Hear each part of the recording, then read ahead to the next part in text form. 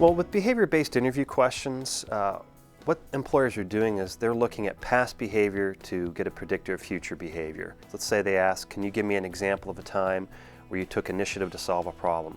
They want to hear a story about where you took initiative. And you need to organize that using the STAR technique, where you can talk about situation, task, action, and result. What I see a lot of students tend to do is they'll tell us a great story and forget the results. That's like watching a great movie and not seeing the ending of it. Well, the STAR technique helps organize their thoughts. Behavioral interviewing is telling a story. You're telling us a story, you're setting up the situation so we understand exactly what you're doing. You know, you set the frame, you set the picture for us in our minds. The task is, what was the problem, what was the issue, set that piece up.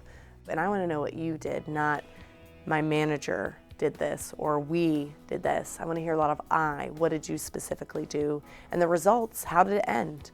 It's like telling a joke and not giving the punchline if you don't add the results in there. When they get those behavioral questions, take it back to a specific example, explain what they did, set it up, give the details, and include a lot of names, dates, times, numbers, and places.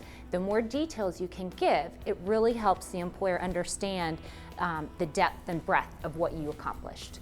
Oftentimes if a student is giving examples that say, we did this and we did that when they're talking about a committee, I will stop them and say, that's great that your committee did that, but what specifically did you do?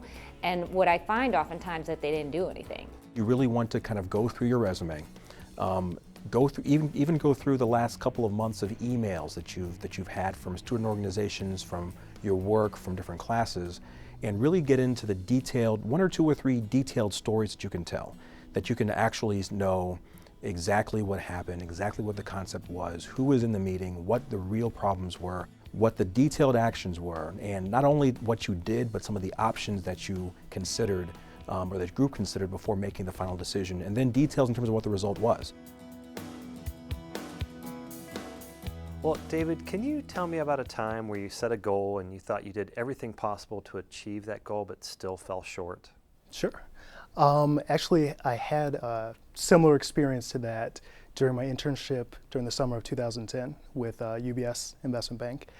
I was working in their global healthcare group, and really one of the first type of tasks that we had was working with one of our major clients on a merger model. So we were doing a pitch for them and coming up with a hypothetical merger situation.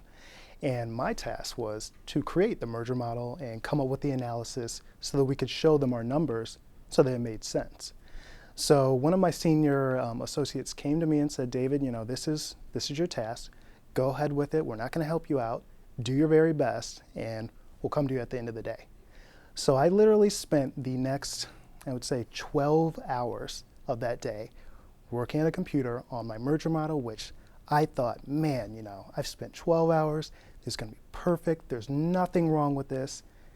And when I finally presented my model saying, we've got accretion here, we're going to make money off of this deal, the client's going to love it, the very first thing they did once I printed it out was take a red pen and cross an X all the way through it. And they said, you did absolutely everything wrong that we were looking for.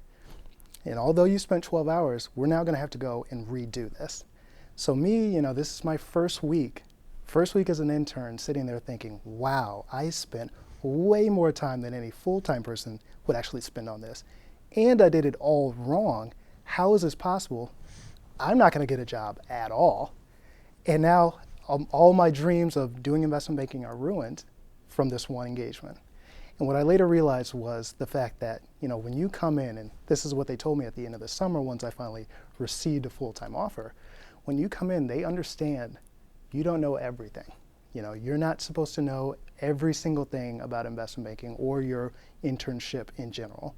When you come in, they want to see that you are putting forth the full effort, you're going above and beyond, and really trying to do your best in terms of what they show you and what they want you to do. So at the end, that same senior analyst who crossed an X directly through, which I will admit it was incorrect, my work, he later said, David spent half of a day on this model. He didn't give up. He was determined. He was confident in his work and what he thought was right.